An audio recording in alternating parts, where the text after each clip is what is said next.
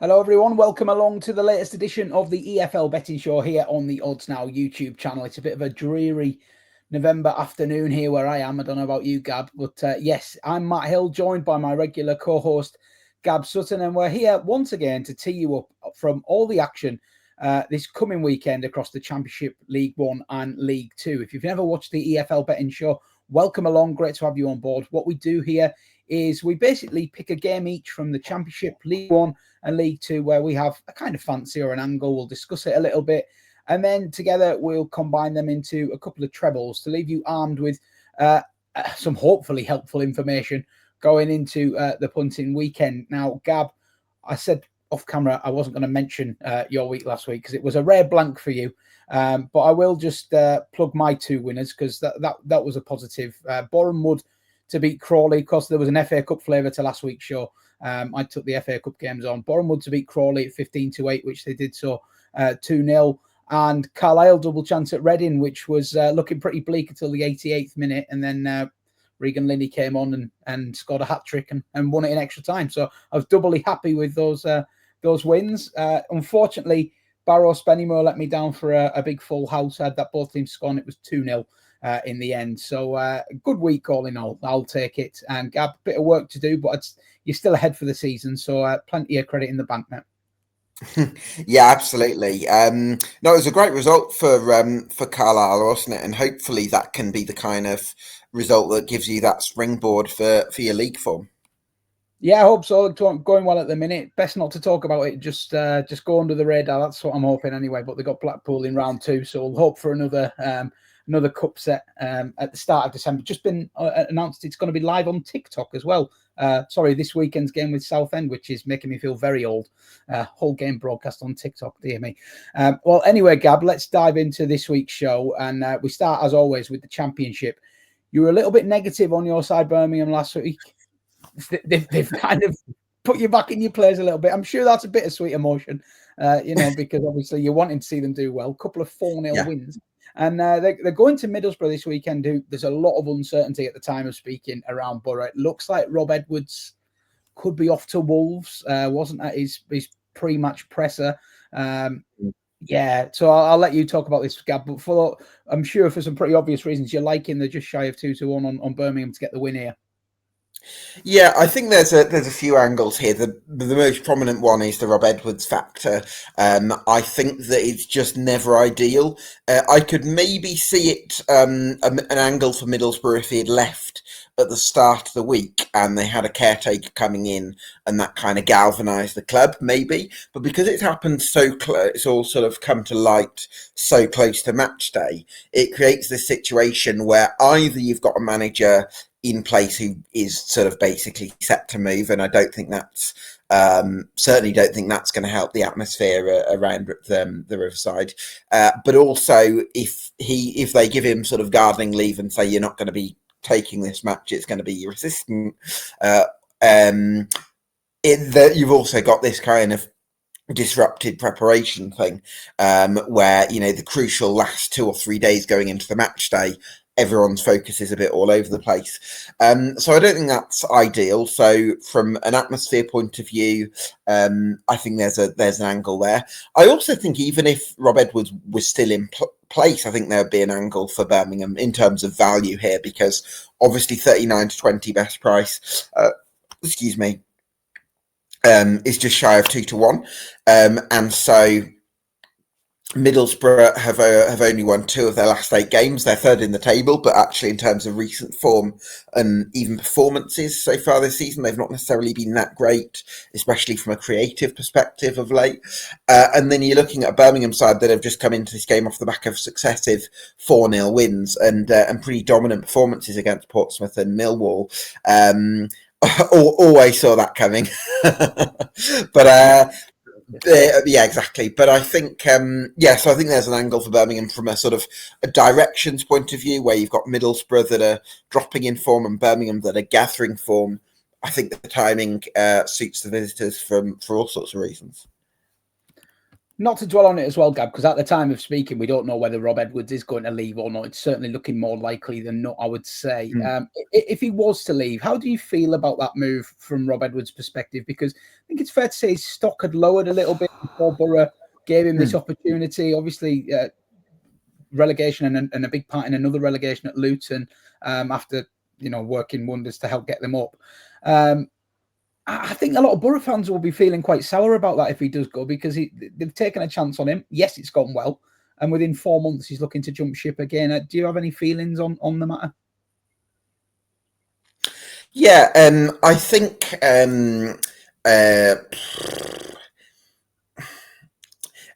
I think that the conversation around loyalty in managers is a very difficult one, because on the one hand, football is a very ruthless culture from an ownership point of view as well, because managers get sacked regularly. Only 26 of the current 72 EFL managers had their current manager in place at the start of last season. So that shows that you don't get much time when results aren't going to plan. And so from that point of view, you can see why managers might be quicker to jump ship. I think from Rob Edwards' point of view, though, I can understand why fans are a bit frustrated that they took a chance on him. They gave him that investment, that backing. They showed faith when maybe others might not have done off the back of a difficult stint. And then he takes the first offer. I think that's frustrating. There's part of me that could understand it from Rob's point of view as well. The chance to manage in the Premier League, the chance to move close to home. But I can see why it rankles a bit with fans as well. Yeah, well, it's certainly a situation that's still got a little bit of playing out to do over the coming days. And we'll, like you said, very interesting to see if he's in the dugout for this game tomorrow. But I think regardless, Gab, you've made a good enough case for Birmingham to fancy their chances here. Certainly looking at rejuvenated in those last couple of outings. Okay, staying in the Championship then for my selection, I'm going to back Ipswich to beat Swansea at just over even money, 11-10.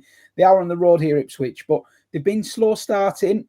Went off anti-post favourites for the title. I think there's maybe just signs that Ipswich are now starting to find their groove slowly under Kieran McKenna, who is a fantastic coach at this level and even at Premier League level for my money. And it wasn't a matter of whether he would get them rolling. It was just a matter of when. And it's 7 points from 9, possible 9 from Ipswich for the last 3 games. And the one game that they drew in midweek against Watford was probably their most dominant of the 3, actually. They were particularly ruthless in a 4-1 win prior to that and scoring 4 off a minimum XG, whereas on this occasion they created over 2 goals worth of XG and were frustrated in a 1-1 draw where they'd had to come from behind, equalise quickly, had time to get that winner. And though they didn't get it, they created a lot of chances. And I think this is encouraging signs, tentative still from an Ipswich perspective. You're expecting to be up, pushing the top 2. There's still work to do in that regard. But I definitely think I'm seeing some, viable improvement from Ipswich. And we know the capabilities of this team when they get fully flowing. There's a lot of players in there that starred in their Championship promotion season, a lot of good additions to that team since. So yeah, I'm feeling optimistic about Ipswich. Swansea, on the other hand, they've had a good season to date, but again, I just wonder if slightly there's a bit of regression to the mean here. If I look at their recent results, it's a little bit of tail off. And I know Alan Sheehan, he's done a fantastic job defensively. That has been the absolute key to Swansea this season. But there's a real lack of goal scoring and cutting edge. And Sheehan said that he's not worried about that. He thinks it will click in time. Well, I am a bit worried about that, to be honest. I'm looking at all the kind of numbers and they're not creating that many chances. Obviously, they've had some great results this season. But I think if you look at recent results, there is a little bit of a slide, and it would just worry me that this is a team, because if you look at these two teams on paper, purely on the quality of the players, you would say Ipswich deserve to be favourites to win this match. When I also factor in that Ipswich might be on the improve and Swansea might slightly be on the decline. They've only taken 5 points from 6 games. Their only win in the last 6 games was against a Norwich side who are in absolute crisis. So I don't take a lot of confidence from that. So to be getting north of even money about Ipswich in this particular situation feels like a really solid bet to me. So that's how I've ended up landing on Ipswich here. The other angle that I would come at this from, Matt, is if this game was being played at Portman Road, what would we be looking at? 1-2 for Ipswich, maybe even a 4-11. Like it would be a very short price. And although you always have to factor in, home advantage, I do think to get odds against for this kind of game when Ipswich are that much better than Swansea, I think that makes a difference. I think also Ipswich have looked a lot better balanced recently, so they've taken 16 points from their last 8 games. At the start of the season, they were trying to sort of almost like a Galactico model where they were sort of shoehorning in the best 11 players, whereas now they've got the best 11 players for the team, and there's more of a sort of a synergy about them and a togetherness, and the system works a bit better. So I think from that point of view, you'd maybe judge Ipswich slightly differently. I always think when it's the underdog up against the favourite, and the underdog is very much based on being a solid defensive unit, and the favourite has a wealth of attacking options. I always feel like, well, if the favourites score, it's going to be extremely tough for Swansea to come back into this match. And I don't really see how you keep this Ipswich team quiet at the minute. They're creating a lot of chances. They've got a lot of quality finishers. And like I say, confidence seems to be on the increase. So there's a lot to like about this. I think if this game was played in a month's time, I think Ipswich would be odds on. So I think we're just getting Ipswich at the right time here from a betting perspective to get them on side. So Ipswich 11-10 to beat Swansea with Betfred is my selection in the Championship. Down into League One then, Gab. You're going to go for Bolton to beat Port Vale, and you're also going to back over 2.5 goals in the match, which boosts that price up nicely to 7-4 with Sky Bet. Tell us how you've landed on this one. Yeah, so I think Port Vale obviously have had a disappointing start to the season. They currently lie in the bottom 4. I think they were hoping to be a bit more like a kind of lower mid-table, somewhere between 14th and 18th, so they'll be a little bit disappointed with where they are. I think from Bolton's point of view, they drew a lot of games early on in the season. They only won 1 of their first 6, and they found themselves on the wrong side of fine margins a fair bit. But I think that they've always been creating chances, and more recently, I think they found that cutting edge. I'm a massive fan of Mario Casey-Dubry, who they've got on loan from Brighton, England under-20s prospect. I think he looks like a prodigious talent. Looks above this level, doesn't he, Gab, from what I've seen? Yeah, exactly. I think they've got a wealth of options in midfield. Aaron Morley, Josh Sheehan, Ethan Arahan, so many good midfielders as well. Xavier Siemens. I think Bolton Wanderers are going to be too strong for a Port Vale side that have struggled to get to grips with the level since returning after promotion last season. Yeah, fairly straightforward selection, this, Gab. I see the angle there as well. Port Vale as well, I think it's worth mentioning. Losing Tolai as well was a big blow for them, wasn't he? He was not only the goal scorer, but he was very fundamental to the way they want to play. And we've discussed him on this show before. He's a really well-rounded forward, isn't he, that gave them a lot of different ways of playing. And I think they're obviously losing that for a team at the lower end of the division. It's a massive blow, isn't it? Yeah, absolutely. I've seen Laurent Tolai play for Plymouth Argyle, and he looks like a brilliant signing for them. So it's very easy to see why they might have missed him, and maybe some of the other forwards have struggled to step up. I suppose I still am going with the goals angle, but possibly more because I fancy Bolton to get a few goals, and it wouldn't surprise me if Port Vale got 1. I think they have a little bit of strength in midfield that makes me think they might be able to get on the score sheet. But I'm going to go with, they obviously put 5 past Malden and Tiptree last time out, and Rory Patton and Devante Cole got a couple of goals. So there's maybe enough in that I'm willing to think maybe they'll get them on the score sheet. But actually, I think Bolton Wanderers have the potential to score 3 or 4 goals this weekend based on the chances that they've been creating. Yeah, I certainly see the angle there for that one. That's Bolton to beat Port Vale and over 2.5 goals, which is 7-4 best price with Sky Bet. Well, my selection in League One also centres around goals. I'm going to go for Blackpool, Cardiff to produce a lack of them. Under 2.5 goals is even money. And this is largely based around Ian Evatt and his arrival at Blackpool. We discussed the appointment of Ian Evatt a little bit a couple of weeks ago, Gab, and I kind of said that I wasn't convinced that he had the players at his disposal in key positions to implement his style straight away. because, it's very heavily possession-based, patient build-up and control of the game. And yeah, I just worried a little bit about Blackpool's centre-halves. I think you shared a couple of those reservations as well. So it's been an encouraging start for Ian Evatt with a couple of wins, albeit they've been very low-key affairs. 1-0 win against Peterborough on his first game in the league, very late goal there. And then a 1-0 win over Scunthorpe in the FA Cup. I saw it being described as a controlled and measured performance, but with obviously I'm consuming a lot of National League content at the moment, and Scunthorpe are a team I've been impressed with this year, and that they're up and around the playoffs. And I know a lot of Scunthorpe fans felt like that game was kind of there for the taking. There wasn't a lot in it. So I'm not sure Blackpool are like up and firing yet, despite a couple of good results. And I'm sure Ian Evatt wouldn't expect them to be an overnight turnaround. There's a lot of work to be done there. And I think what we're going to see with Evatt in charge of Blackpool at the moment is just trying to slowly build that control of the football and control of the game. And they come up against the Cardiff side here, who I think will, their confidence might just be a little bit dented at the moment. They've had a couple of disappointing results. Went out of the cup last weekend, obviously, which I don't know how disappointed they'll be on the quiet, because I think League One title or promotion is the absolute priority this season, but still a disappointing result. It was a fairly strong team that was fielded. They've also had a loss at Bolton 1-0 recently in the league as well.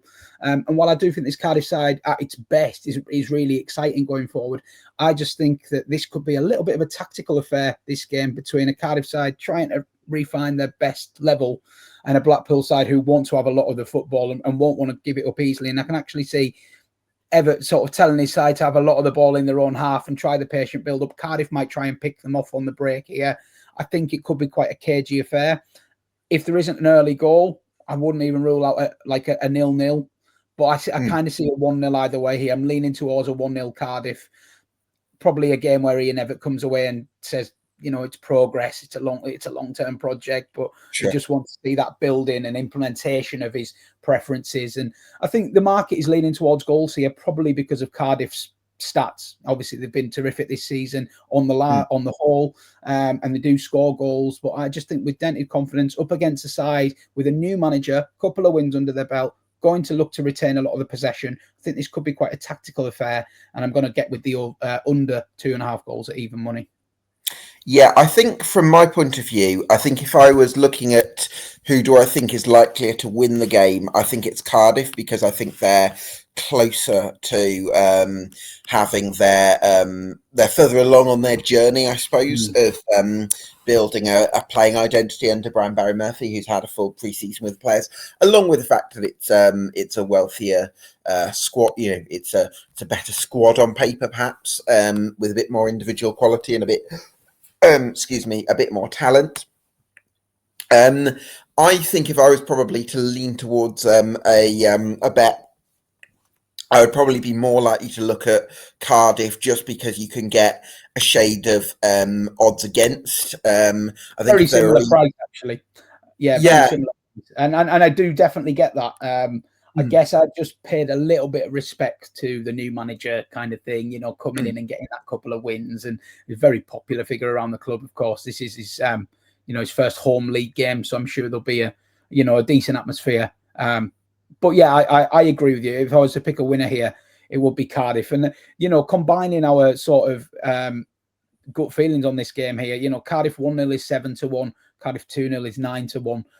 Both of those results would see like both of our kind of preferences cop there. So interesting if you want to kind of amalgamate mine and Gab's thoughts there. You could play the correct scores 1-0 and 2-0 at 7-1 and 9-1 respectively. Okay, we'll wrap things up then with League Two. Gab, over to you first. And it wouldn't be an EFL betting show without a Gab double chance bet or some kind of fence sitting. He does like a little bit of fence sitting, but this is quite a good. I quite like this one, Gab, because MK Dons would have been many people's favourites for League Two before a ball was kicked. We're now in a position with MK Dons where you can get a decent price about them, double chance against the League Two opponent.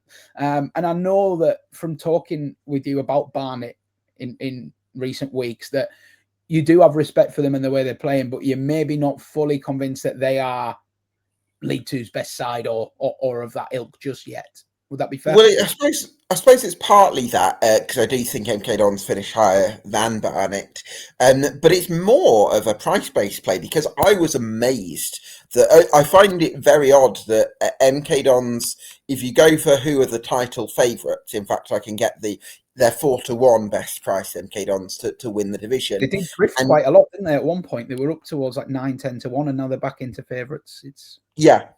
Exactly. Whereas actually for the individual match, they're as big as 23-10. And I think that's quite rare that a team that can be 4-1 favourites to win the league and be 23-10 away to a mid-table side. And obviously mid-table looks a little bit differently in League Two because it's a very bunched playoff pack that Barnet are part of. But I'm just going a little bit on the price. So I wouldn't put people off the 23-10 for MK Dons just because I think they've got tons of individual quality. When you think Russian Hepburn Murphy and Callum Patterson have both played in the Championship, and Nathaniel Mendez-Lang. So they've got a front three that have played in the Championship before. They've got Alex Gilby, who's always one of the best midfielders at this level. Same with Will Collar. Same with Liam Kelly. They've got a real understanding, MK Dons, and they've got lots of sort of star quality in that squad. You know, they've even got someone like Aaron Collins to come back. So that shows you the wealth of options. Kane Wilson they've signed as well, of course. So, yeah, I think MK Dons have got a very strong squad. And I just think, maybe from a double chance angle, the 7-10 is an option. Also wouldn't put people off the 23-10. I'm kind of presenting both of those options, really. But you know me, I can't resist a double chance, Matt. Yeah, well, if you had to lean down on the win or the double chance, we all know what Gab would go for. But, you know what? I'm not going to knock it because I like you. I was a little bit surprised at that price, actually. It's like you say, 4-1 favourites for the league at the moment, MK Dons. Second favs are Walsall at 8. So they are clear favourites, albeit not a really short price. But the market has kind of decided they are the most likely to finish top of this league. And so to be playing a team in 12th in Barnet, and yes, it's a compacted league. It's a very decent price for the team that the market believes is the strongest in the division, and I think a lot of people will concur with that as well. So definitely see that angle, Gab, and that's a solid pick, I think. I'll round things off then with my League Two selection, which is Crawley versus Fleetwood. I'm going to go for over 2.5 goals in this game, 8-11, similar price to yourself, Gab, and. Again, with the goals angle, this one is more where I do feel like there will be goals in it. Fleetwood have been leaking goals at both ends this season, to be honest. 5 of their last 6 have seen both teams score.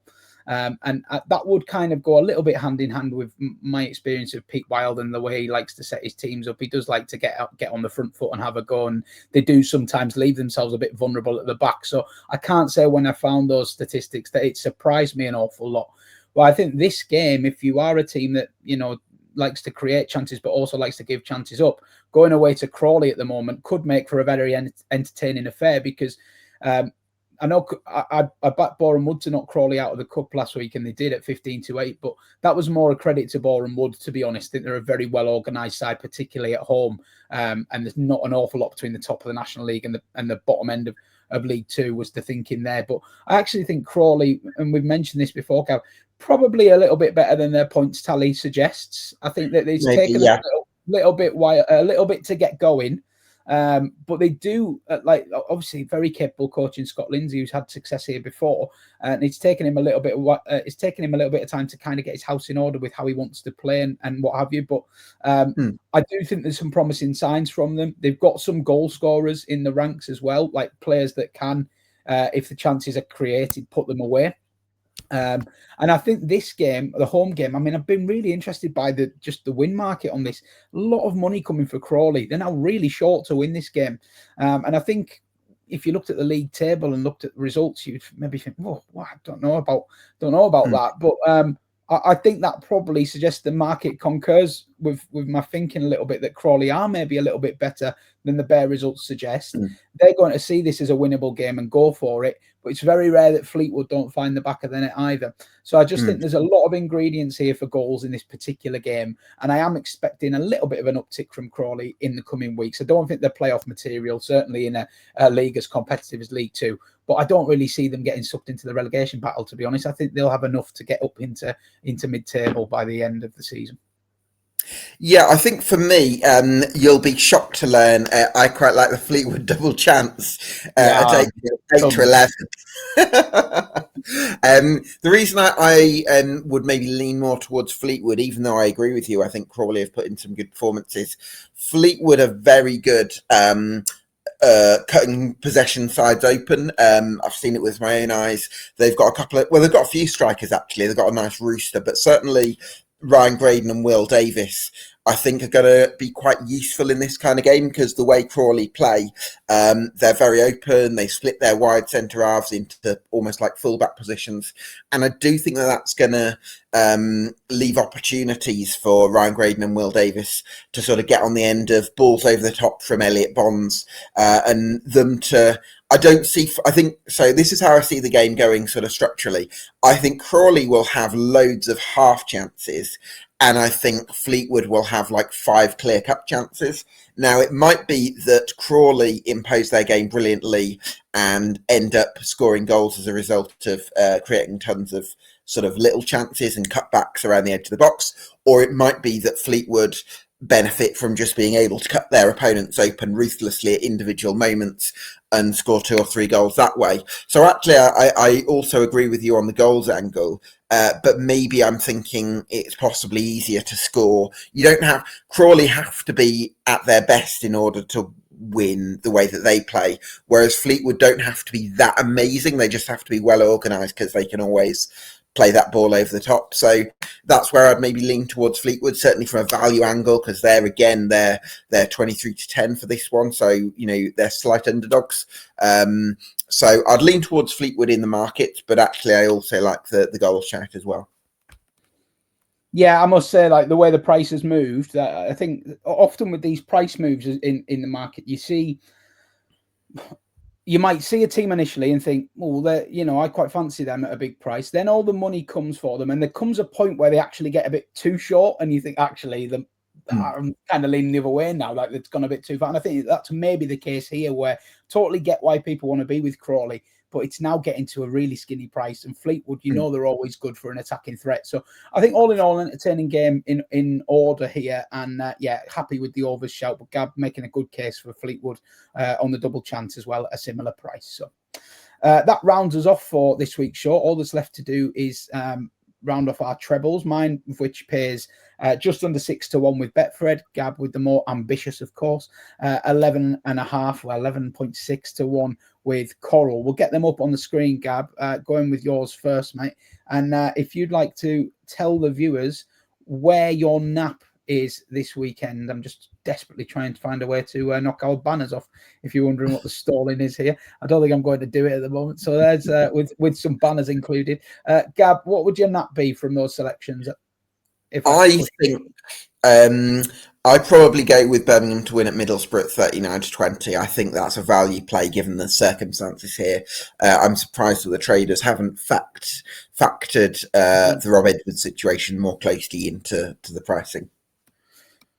Yeah, okay, then Birmingham to win at Middlesbrough is just under 2 to 1 with BetMGM. And I have to say, if I was picking one, that would be it for me as well. The worst day of the week to have managerial uncertainty, isn't it? A Friday, really. So yeah. I'm sure their pre-match preparations are a little bit of a mess, Middlesbrough, and Birmingham certainly look a little bit rejuvenated. Well, my selections here, if you were pushing me for mine out, I do really quite like Ipswich at Swansea. I just think Swansea really lack a goal threat, and I think Ipswich is starting to purr a little bit under the radar. And like I said earlier, I think you replay this match in a couple of months' time, and I don't think you're getting odds against about Ipswich. So that would be my nap, and go on, Cap. Well, just to add to that, I certainly like Ipswich away at 11 to 10. To be slightly different, I would probably make, if I had to pick my favourite from yours, I would go with the over 2.5 goals Crawley Fleetwood, because I can see a path to scoring goals for both teams. So I could see goals in that one. Good. Okay. Well, a bit of variety then. A lot of agreement this week, Gab, as well, which is always nice. It seems like we're aligned on our thinking. Hopefully that means winners. We will be back next week to do it all again. If you are having a bet this weekend, please do keep it fun and gamble responsibly. it's only a bit of fun gambling really for the huge majority of us, and you need to keep it that way. So hopefully me and Gab have pointed you in the direction of a few winners and you enjoyed listening along. Let us know in the comments what you're going to be backing this weekend, and stick with us here at Odds Now for all the latest betting content, including our Football Punters panel, which is now live on site with lots of betting tips for this weekend. We'll see you again next week. Thanks for watching.